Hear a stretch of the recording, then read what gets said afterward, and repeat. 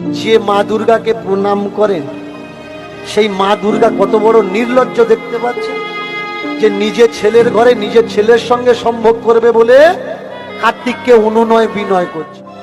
এবার কার্তিক জিজ্ঞাসা করছে, তুমি কে? না, আমি তোমার প্রেমিকা, আমি তোমাকে ভালোবাসি।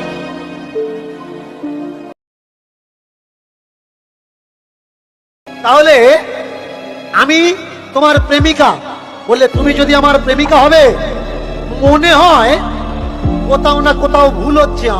আমার ময়ূর ডাকছে কেন? সত্যি কথা বলো, তুমি কে?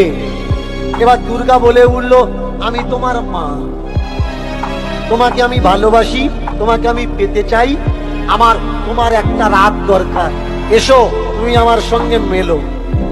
যে মা দুর্গাকে প্রণাম করেন সেই মা দুর্গা কত বড় নির্লজ্জ দেখতে পাচ্ছেন, যে নিজের ছেলের ঘরে নিজের ছেলের সঙ্গে সম্ভোগ করবে বলে কার্তিককে অনুনয় বিনয় করছে।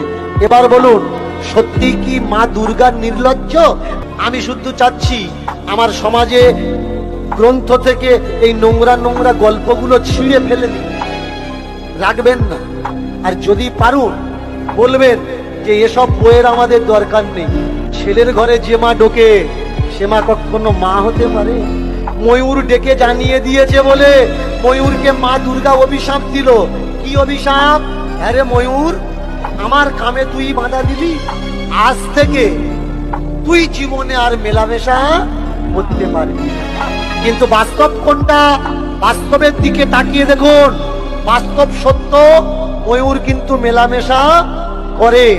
যারা ময়ূর দেখেনি জীবনে, চোখে দেখেনি, তারা এই গল্পগুলো লিখেছে, তারা এই পুরাণগুলো লিখেছে, এসবগুলো বিশ্বাস করবে। আজকের গুরুদেবকে ছোট্ট ছেলে জিজ্ঞাসা করছে, গুরুদেব আপনি বললেন যারা দীক্ষা দেয় তারা নেয় না, তারা শুধু দেয়, তাহলে আপনি আমাকে কি দেবেন?